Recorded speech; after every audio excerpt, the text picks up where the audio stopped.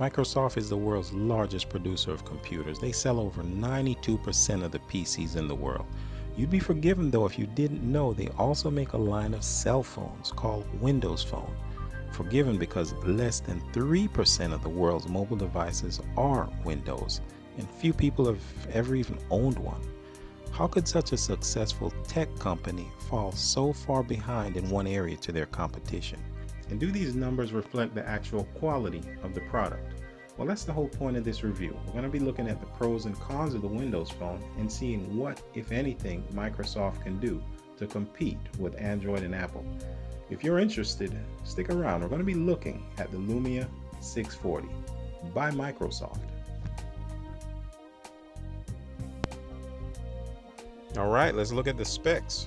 We got a 5-inch HD display with Gorilla Glass 3, an 8 megapixel 1080p rear-facing camera with an LED flash. The front selfie camera is a 720p. It's also running a Snapdragon 1.2 gig quad-core processor, and the phone comes with 8 gigs of internal memory. If you know your cell phone history, you probably remember that the Lumia line of phones were originally made by Nokia.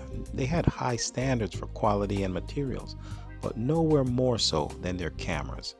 Most cell phones insult your intelligence with a tap to focus, point and shoot kind of mentality. Not the Lumias. Any real photographer will tell you you're not being creative if you can't shoot fully manual.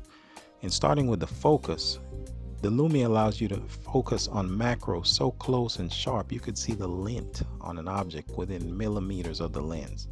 And with a flick of your finger, you could be focused to infinity, just that quick. It also does something a lot of higher end real cameras can't do. It allows you to manually focus while recording video at the same time. That's huge.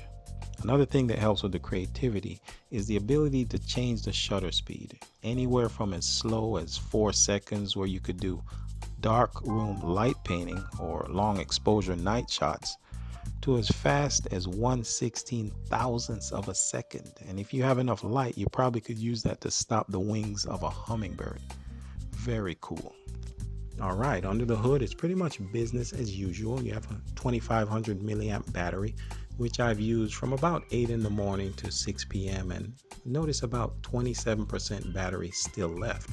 So it is an all-day use phone based on your usage. You have the standard memory card slot, the SIM card slot, and actually a well-designed speaker chamber, but it's only one speaker, and in my opinion, I'm not very impressed. When you turn it up, it sounds like the speaker is straining to do what it does. But keep in mind, this is a budget-minded phone. Alright, one of the main complaints about the Windows Phone is the apps not being fully implemented and having bugs that are simple to fix but not fixed. I'm going to give you an example. Let's say you want to dial a number. Let's open the dialer. It goes to your history first, which wastes time. That's another step. Now the dialer actually looks good. It's clean. The buttons are big. Watch what happens when you start dialing.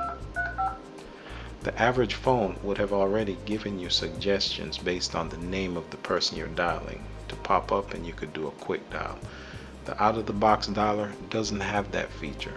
You can go to the App Store and for free download another dialer that will do it, but you shouldn't have to do that. This is one of the basic programming errors that could have been caught in the beta stage. Let's look at another example. Let's say I want to post something in Facebook. When I choose post, if you notice at the bottom, there's no voice to text microphone like it is on the other keyboard. Whoever implemented this keyboard failed to put the microphone button. So every Facebook post you want to make, you have to physically type it. And there's going to be times you either don't have the time or you don't feel like doing that. That's a simple error in programming that is kind of inexcusable. Alright, here's another one of the biggest problems for me also dealing with voice to text. Watch this. Mike, what time is the meeting tomorrow? Notice how it put the question mark exactly where it belongs. That's good. It's smart enough to tell by the context of the sentence whether it needs a question mark or a period. The problem is it doesn't know whether you want a comma or exclamation mark also. Android, you're able to say exactly what you want. Period, comma, exclamation mark, question mark, as you speak, and it'll insert it exactly where it belongs, and you can continue speaking and it'll continue dictating. Windows Phone can only do a few paragraphs at a time, and being limited to question mark and period, that's a serious programming error if you're trying to keep up and play catch up with Apple and Android. Now keep in mind, this is August 2015, and this review deals with Windows 8.1. Windows 10 should be dropping soon, but I'm not exactly sure when. So when it does, I'll definitely have to do an updated review because a lot of the problems with this version should be remedied with that new update. So definitely keep an eye open for that review. No phone company is perfect. They all have things they need to work on. But I want to show you something this Windows Phone has that even the iPhone doesn't. That's a manual equalizer to go with its manual camera controls. Customization like this is very important, and I give Microsoft credit. But if they want to be successful, they need to allow customization in many more areas. For example, the home screen. And especially, they need to give app developers more freedom and latitude to create the apps that they want to create, without all the restrictions. Now you can call me cheap or frugal, but there's a lot of folks like me who refuse to spend $700 on a flagship phone like a Galaxy.